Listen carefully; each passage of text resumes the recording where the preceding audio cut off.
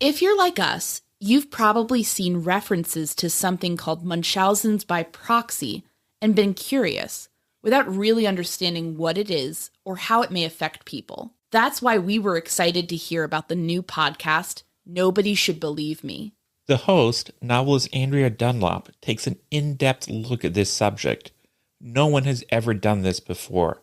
She talks with people who have been affected by this condition. She even speaks with a perpetrator.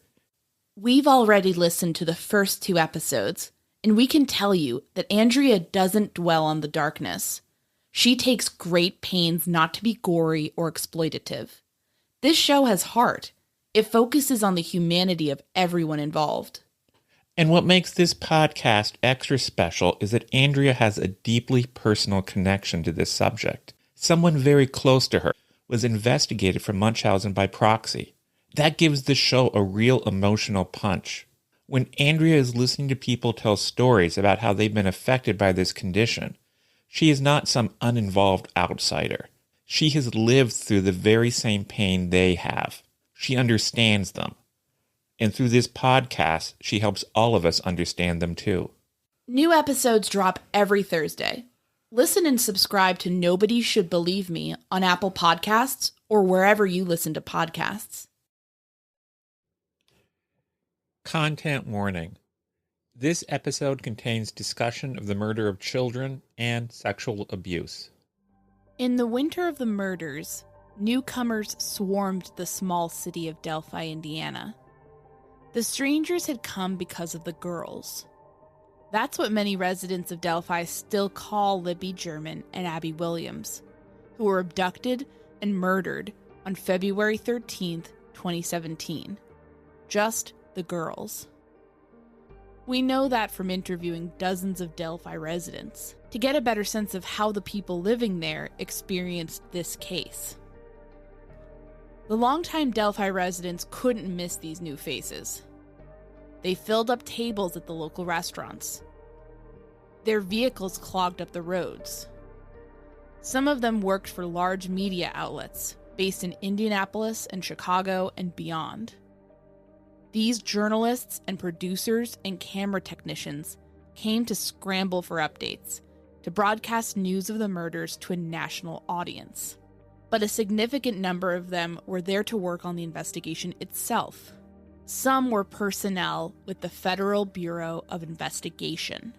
FBI employees were tasked with working with evidence from the crime scene, working in the Delphi Investigations command post, working on behavioral and vocal and videographic analysis, and working the thousands of leads pouring into the tip line. One gets the impression that the FBI was doing quite a lot of work on the Delphi case. Some Delphi residents formed their own opinions on the FBI's presence. They wondered if the Bureau had established such a heavy showing because law enforcement suspected that a serial killer was at work. They didn't know what was going on, but they knew they'd never seen it before, not in their city. The sudden appearance of these many FBI agents was ominous. Still, locals also felt some comfort that the brutal murder of the girls was being taken so seriously and investigated by what many consider to be the premier law enforcement body in the United States. Delphi's temporary population increase, brought on by the murder investigation, only began to ebb in the summer of 2017, according to locals. Like the other newcomers, the FBI left, for the most part. Pertinent case information still lingers on the FBI's website, but those personnel returned to their base divisions. Still, the agency has loomed over the case ever since 2017. But details that we've uncovered over the course of our reporting shine a different light on the FBI's early participation in the case. Specifically, sources close to the investigation shared one possibly major investigative error, which they attributed to FBI personnel. In this episode, we'll talk more about that mistake, its context, another high-profile crime, and why it matters to our overall understanding of the Delphi case. My name is Áine Cain. And I'm Kevin Greenlee. and this is The Murder Sheet, a weekly true crime podcast. Áine and I connected over the Burger Chef murders, a 1978 unsolved case involving the killings of 4 young restaurant employees. Now we're looking to track restaurant homicides. To help us understand the patterns of these crimes, we created a spreadsheet of nearly 1,000 eatery-related killings, the Murder Sheet. We'll be drawing on that data throughout Season 1 to give you a deep dive into undercovered crimes. We're the Murder Sheet. And this is the Delphi murders, the FBI, and the lost tape.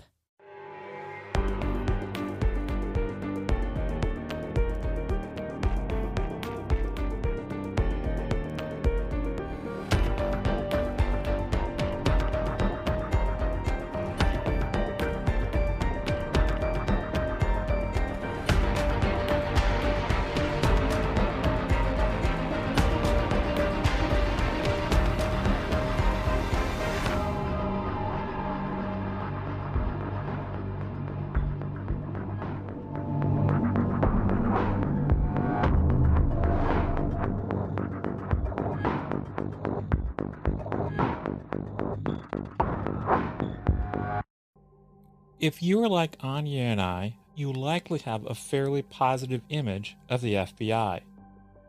Certainly, the FBI agents we've had on the show have been impressive. You may remember that we interviewed Kevin Gutfleisch about the mass shooting at the borderline. You could hear in his voice just how dedicated Gutfleisch and his team were to supporting the local authorities and in doing all they could to offer comfort and support to the victims left behind to pick up the pieces after the shooting stopped. We also talked with John Schaefer about the Pollock Patel case. We were really struck by his mastery of detail of a case that never made the headlines. Now he was doing absolutely everything in his power to find justice. Maybe those agents are the sort of people you also think of when you consider the FBI. But it's important to note that things are different in Indiana. In the 1970s, the Indianapolis division of the Bureau was widely believed to be at least somewhat corrupt.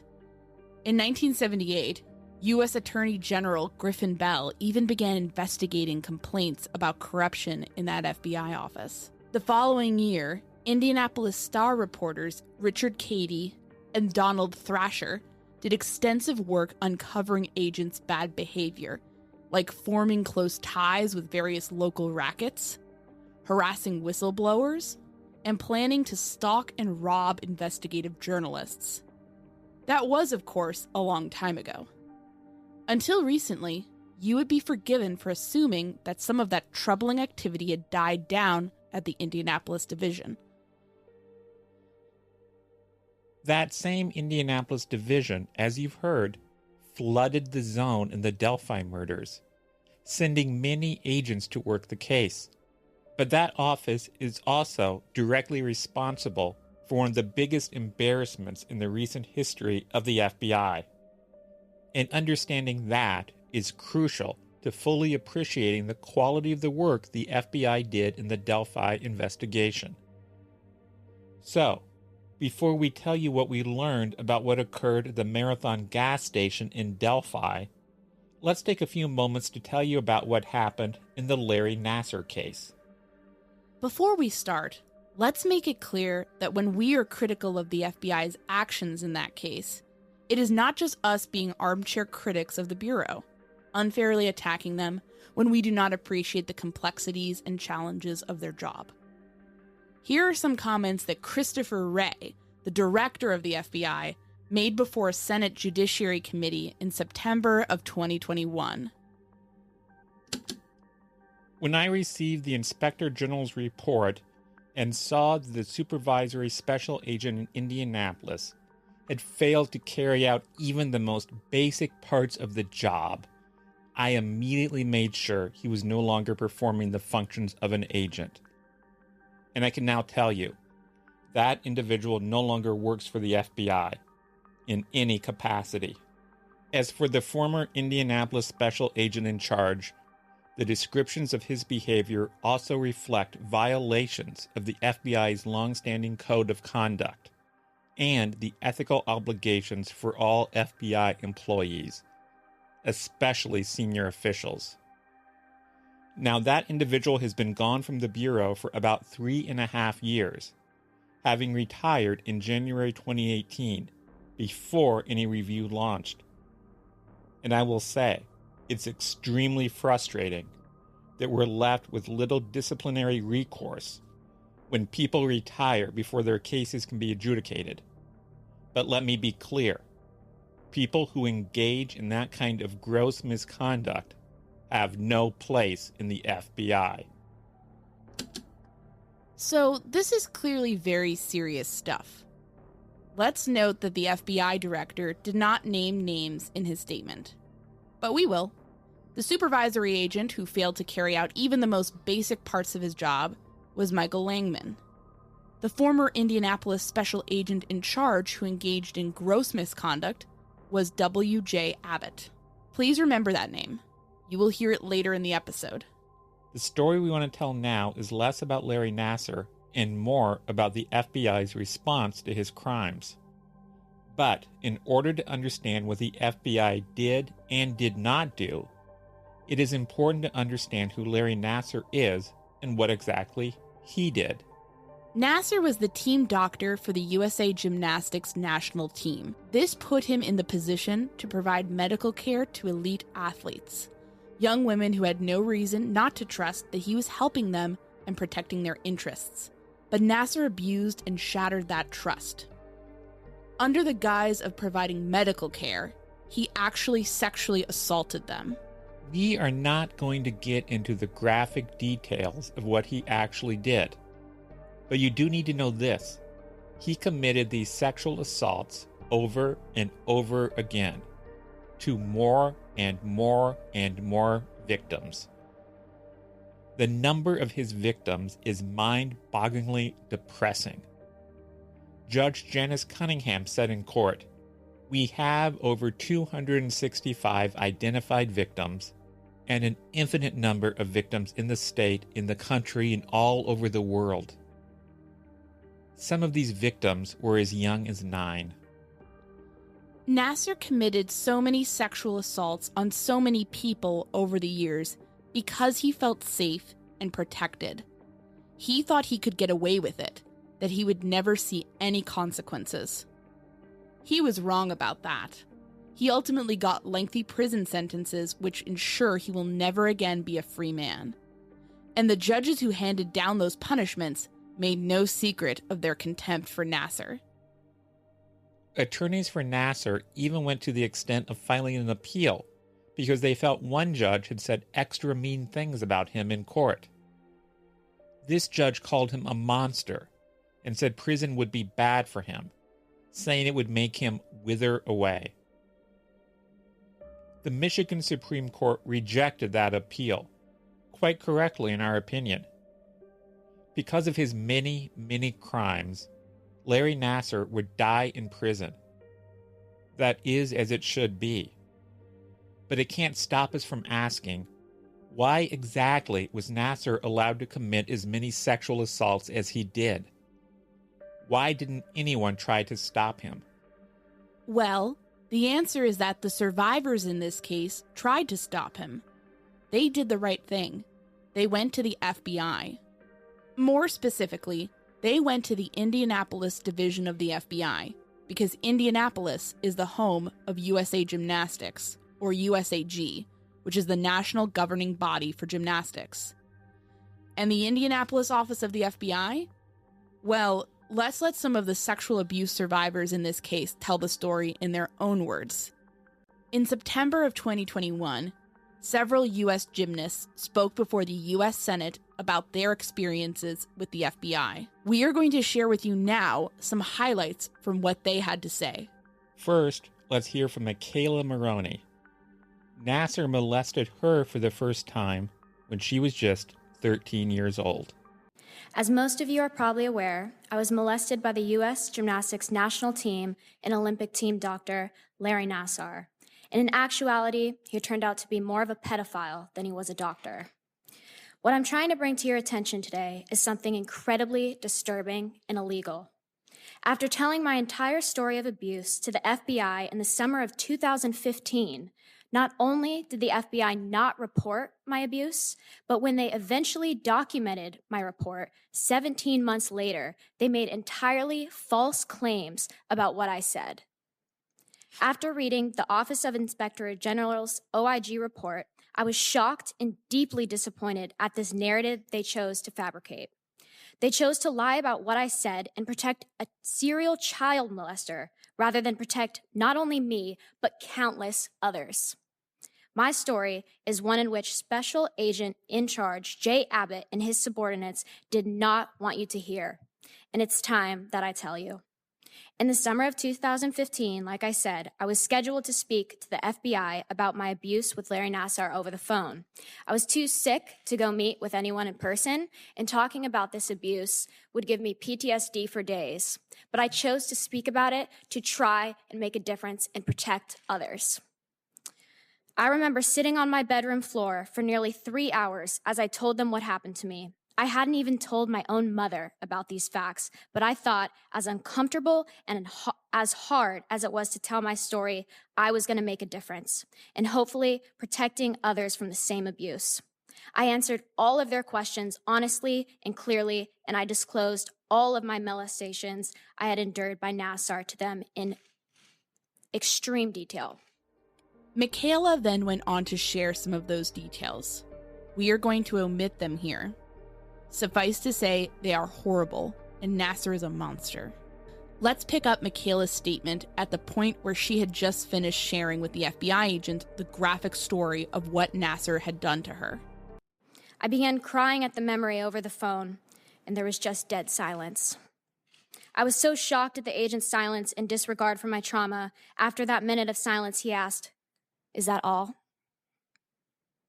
Those words in itself was one of the worst moments of this entire process for me. To have my abuse be minimized and disregarded by the people who were supposed to protect me, just to feel like my abuse was not enough. But the truth is, my abuse was enough, and they wanted to cover it up. They did not treat her story with the seriousness it deserved. This was very clear, cookie-cutter pedophilia and abuse. And this is important because I told the FBI all of this, and they chose to falsify my report and to not only minimize my abuse, but silence me yet again. I thought, given the severity of this situation, that they would act quickly for the sake of protecting other girls. But instead, it took them 14 months to report anything when Larry Nassar, in my opinion, should have been in jail that day. The FBI, USOC, and USAG sat idly by as dozens of girls and women continued to be molested by Larry Nassar. This is a hugely important point to emphasize. The fact that the FBI did not act quickly when they learned about Nassar's abuse meant that he got the opportunity to molest many, many other girls. The blame for what those survivors had to endure lies squarely at the feet of the Indianapolis office of the FBI. Here is Maggie Nichols. She was molested by Nassar for the first time when she was 15. I reported my abuse to USA Gymnastics over 6 years ago, and still, my family and I received few answers and have even more questions about how this was allowed to occur and why dozens of other little girls and women at Michigan State had to be abused after I reported. In sacrificing my childhood for the chance to compete for the United States, I am haunted by the fact that even after I reported my abuse, so many women and girls had to suffer at the hands of Larry Nassar. USA Gymnastics and the United States Olympic and Paralympic Committee and the FBI have all betrayed me and those who were abused by Larry Nassar after I reported. The cover-up of my abuse and the FBI's failure to interview me for more than a year after my complaint are well documented in the OIG report. After I reported my abuse to USA Gymnastics, my family and I were told by their former president, Steve Penny, to keep quiet and not say anything that could hurt the FBI investigation.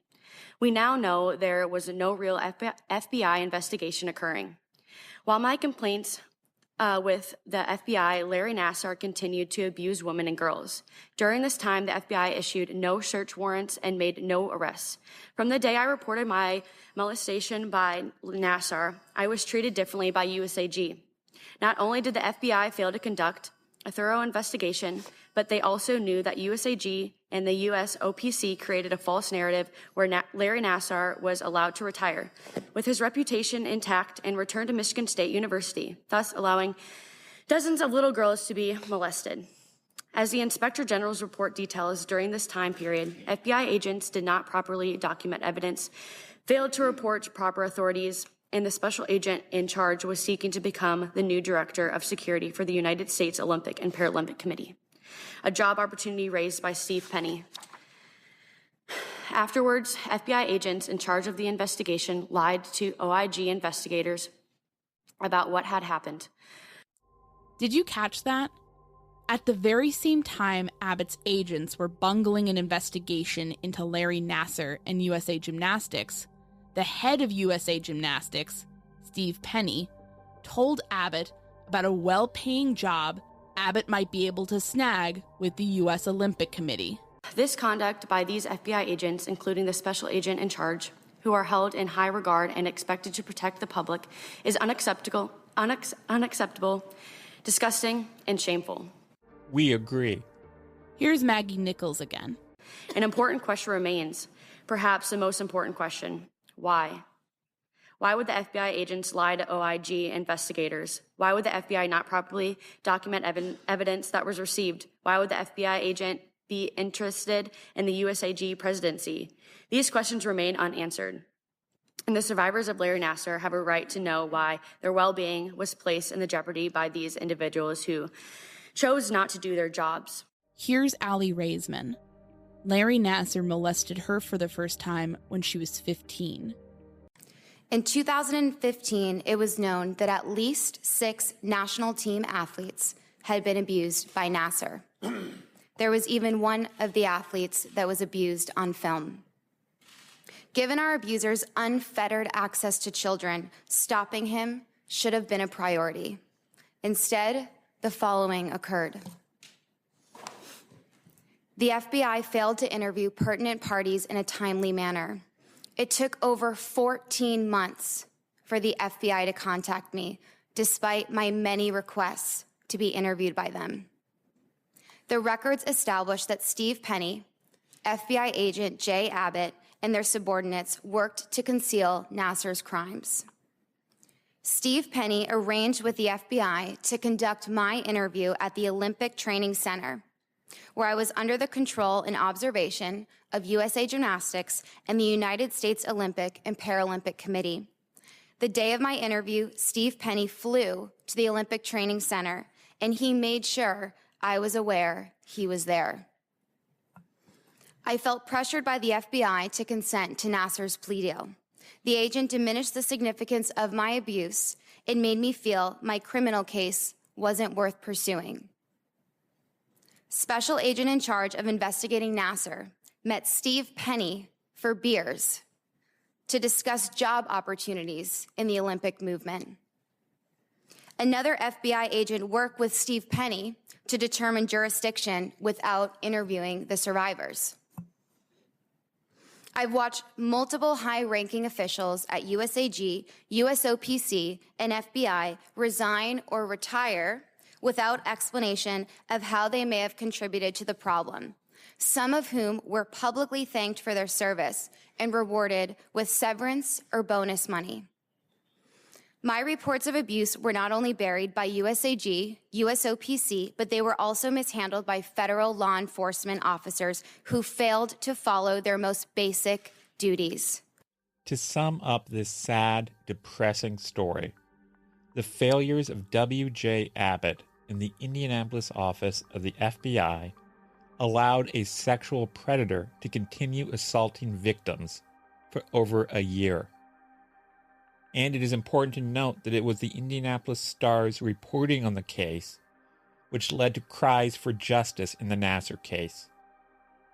We have told you all of this because W.J. Abbott in the Indianapolis office of the FBI also played a key role in the Delphi investigation.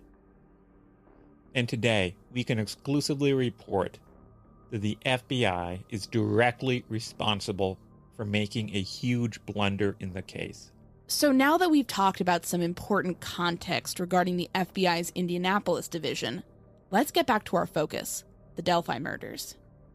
We mentioned that the Bureau has cast a long shadow in this case. Let's quickly run down a few high-level FBI-related details in the Delphi case. Back on February 22, 2017, Greg Massa, the Assistant Special Agent in charge of the FBI Indianapolis office, appeared at a press conference with other law enforcement representatives. He noted that an FBI agent had even joined in the search for the girls when they initially turned up missing. He said that 20 of the Bureau's agents would be at the disposal of law enforcement, and that the FBI viewed itself as taking on an important support role. That same day, Massa also confirmed to the Logansport Pharaohs Tribune that then FBI Director James Comey had been briefed about the murders. On February 25, 2017, Bob Ramsey, who was then an FBI agent, inexplicably publicly cleared Kegan Kline after the raid on the Kline household in Peru. The activity continued into March. As we uncovered earlier this year, FBI agent Nicole Robertson helped craft a probable cause affidavit for a search warrant on Ron Logan's property in connection with the case. The shadow of the Bureau has even fallen over other law enforcement agencies involved in the case. Onlookers heard Indiana State Police Superintendent Doug Carter's 2019 press conference announcing a new direction in the case. When his presentation took on both emotional and religious overtones, some wondered if they might be hearing words written by an FBI criminal profiler, carefully crafted to flush out the killer. That was obviously just pure speculation, but it goes to show how much the FBI has remained top of mind in this case for those who follow it.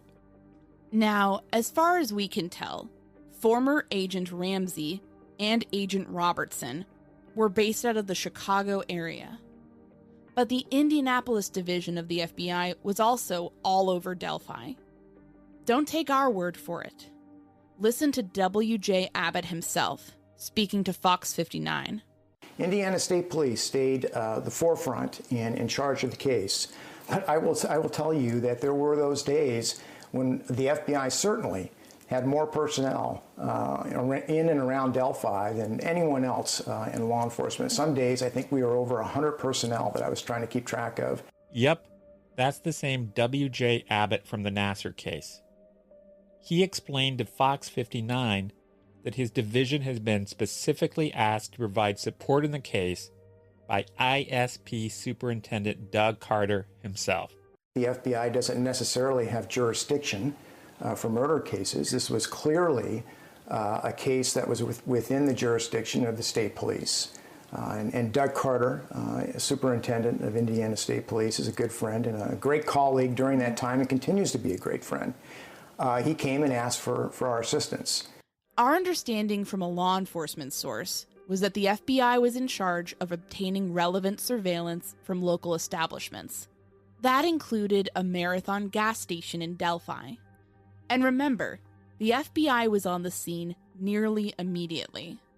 It's not as if they were responding weeks later after all the tapes had been wiped clean. But even as the murders continued to go unsolved for years, other law enforcement officials rested assured that the FBI had done all it could to obtain the relevant surveillance footage from area establishments. Well, this became highly relevant later, after the investigation began pointing back to Kegan Kline and his father, Tony. As it turned out, our sources tell us, Kegan Kline had searched for the location of the Marathon gas station in Delphi on the day of the murders.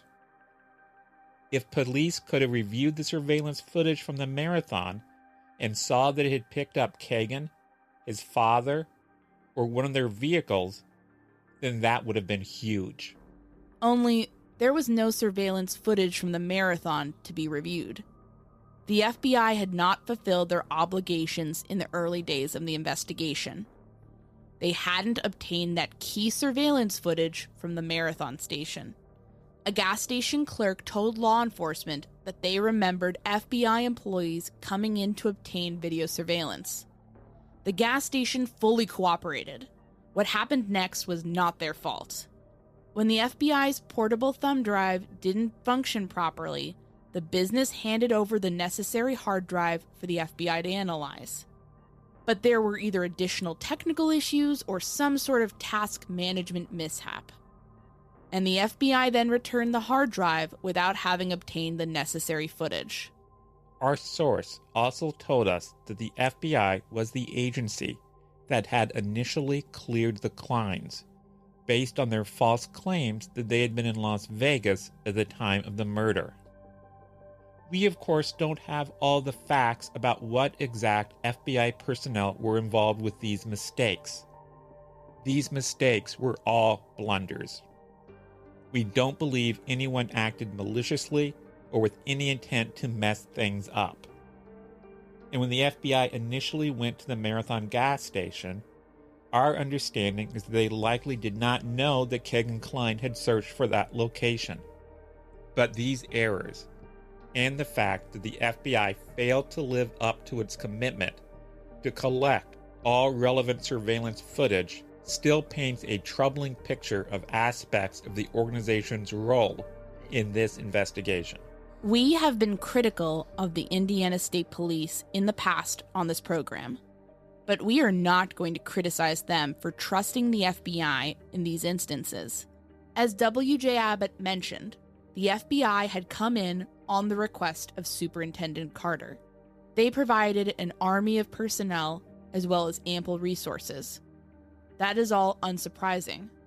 They are widely regarded around the country for taking on a helpful supporting role to local and state police. What occurred instead in this case was sloppy to the point of being shocking. The implication of all of this in the Delphi case is obvious. If that video footage had been recovered, and if it showed the Kleins in Delphi, then it would have completely blown apart the alibis in this case. It would have been a real game changer. But now, that tape is most likely lost forever. But that doesn't mean the case is irretrievably damaged. We've talked to law enforcement, and they told us that releasing this detail would not harm the case. They obviously would love to have that footage, but they also know there is always more than one path towards bringing someone to justice. So, the person who took the lives of Libby and Abby should not feel comforted by what we have reported today. And we would also like to stress that we feel optimistic about the ultimate outcome of this case. Of course, what we have shared also has implications beyond the Delphi case. The FBI is a large organization full of dedicated people who do often extraordinary work. That doesn't mean everyone in the Bureau is perfect. Mistakes can get made. The FBI needs to be held accountable for those errors, if only to prevent similar mistakes getting made in the future. The press has a key role in examining the performance of law enforcement agencies. You remember that a key reason that Larry Nassar was brought to justice is that reporters for the Indianapolis Star paid attention to the story that the FBI largely ignored. But you have a role to play too. The way to hold someone accountable, of course, is to pay careful attention to their work. If the FBI gets involved in a case that directly involves you, don't just assume they are doing everything perfectly. Ask questions. Get answers. You are entitled to them. In this episode, we cited extensive reporting from the Indianapolis Star, from both in the 70s and recently. They are the newspaper that should be credited with uncovering the many crimes of Larry Nassar. To our surprise, we've gotten a number of requests from people saying they would like a way to help financially support our efforts with the show. So, if you are interested, we are relaunching a Patreon page which you can find at www.patreon.com/murdersheet. Join us there for 2 live video question and answer sessions each month. You can ask us anything, suggest new cases for us to look at, or even offer ideas for new leads for us to follow. If Patreon is not your thing, you can buy us a coffee at www.buymeacoffee.com/murdersheet. Thanks for the interest. Thanks for listening to this episode of The Murder Sheet. As always, thanks to Kevin Greenlee, who composed the music for The Murder Sheet, and who you can find on the web at kevintg.com. To keep up with the latest on The Murder Sheet, please make sure to follow us on Instagram and Twitter at Murdersheet, and on Facebook at msheetpodcast, or by searching Murder Sheet. If you enjoy listening to The Murder Sheet, please leave us a 5-star review to help us gain more exposure. And send tips, suggestions, and feedback to murdersheet@gmail.com. Thanks so much for listening.